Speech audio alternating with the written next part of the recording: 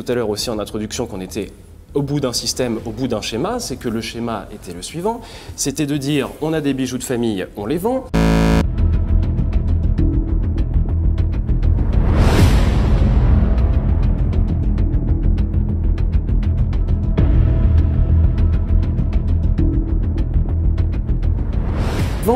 On densifie à une période où je suis d'accord, la ville avait besoin d'évoluer et la ville avait besoin d'avoir des nouveaux logements, avait besoin de répondre aussi à des attentes et à des besoins locaux. Donc on avait besoin de créer des nouveaux équipements et donc de dégager de l'excédent pour pouvoir réaliser ces investissements.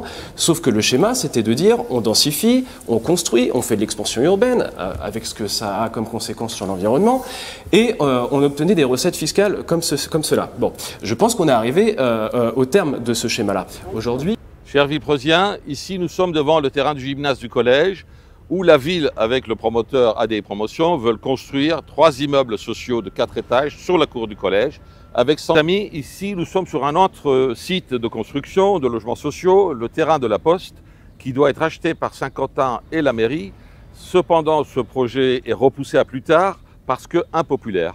Ils suspendent le projet à la réélection de l'équipe municipale. Or, mes chers amis, derrière moi, vous avez un autre site de construction de logements sociaux, le site de la BNP que la mairie va construire avec un promoteur. Mes chers amis, derrière moi, vous avez un autre site de construction de logements sociaux au Clos Crozatier avec une trentaine de studios qui n'ont pas de parking. Les parkings vont être attribués sur le parking du gymnase à la Mimoun.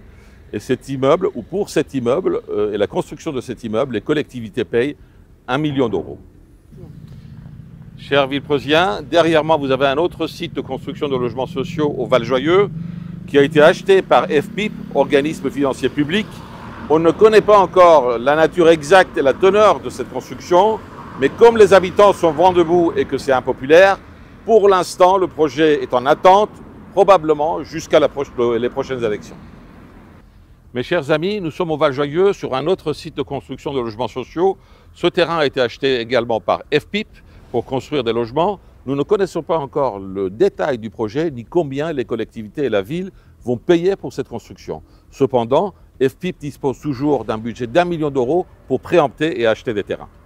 Sauf que le schéma, c'était de dire on densifie, on construit, on fait de l'expansion urbaine avec ce que ça a comme conséquence sur l'environnement et on obtenait des recettes fiscales comme cela. Bon, je pense qu'on est arrivé au terme de ce schéma-là. Aujourd'hui, il faut qu'on ait un second souffle et ce second souffle, c'est de trouver de nouvelles possibilités de financement. Vous avez pas...